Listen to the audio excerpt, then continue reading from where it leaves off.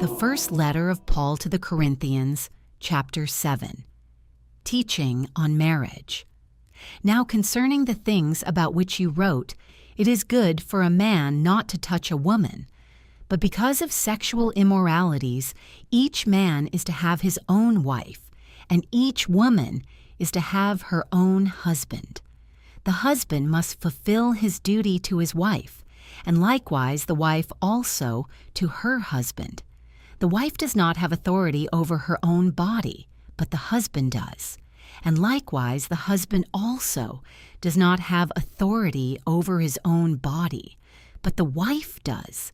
Stop depriving one another, except by agreement for a time, so that you may devote yourselves to prayer, and come together again so that Satan will not tempt you because of your lack of self-control. But this I say by way of concession, not of command. Yet I wish that all men were even as I myself am. However, each has his own gift from God, one in this way and another in that. But I say to the unmarried and to widows that it is good for them if they remain even as I. But if they do not have self-control, let them marry, for it is better to marry than to burn with passion. But to the married I give instructions, not I, but the Lord, that the wife is not to leave her husband. But if she does leave, she must remain unmarried, or else be reconciled to her husband, and that the husband is not to divorce his wife. But to the rest I say, not the Lord, that if any brother has an unbelieving wife, and she consents to live with him, he must not divorce her. And if any woman has an unbelieving husband, and he consents to live with her, she must not divorce her husband. For the unbelieving husband is sanctified through his wife, and the unbelieving wife is sanctified through her believing husband.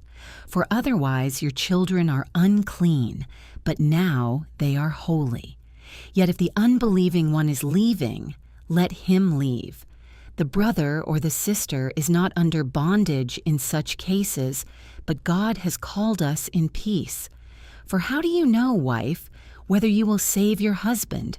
Or how do you know, husband, whether you will save your wife?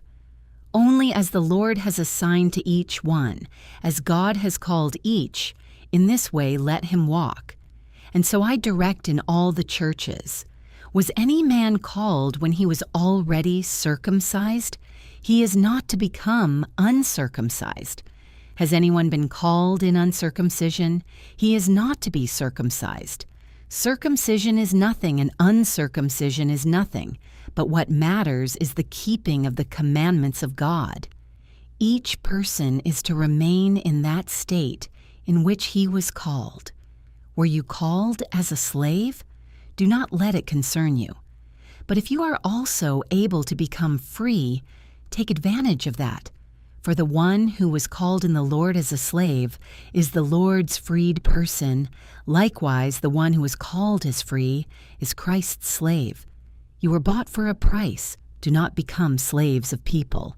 Brothers and sisters, each one is to remain with God in that condition in which he was called.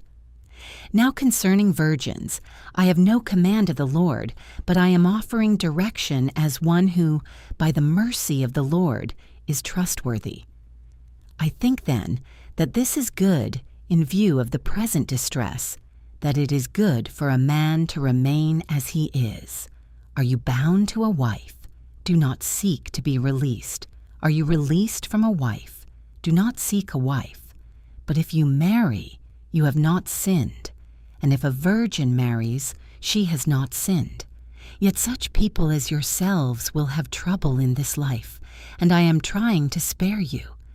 But this I say, brothers, the time has been shortened, so that from now on those who have wives should be as though they had none, and those who weep as though they did not weep, and those who rejoice as though they did not rejoice, and those who buy as though they did not possess, and those who use the world as though they did not make full use of it. For the present form of this world is passing away. But I want you to be free from concern. One who is unmarried is concerned about the things of the Lord, how he may please the Lord. But one who is married is concerned about the things of the world, how he may please his wife, and his interests are divided. The woman who is unmarried and the virgin is concerned about the things of the Lord, that she may be holy both in body and spirit. But one who is married is concerned about the things of the world, how she may please her husband.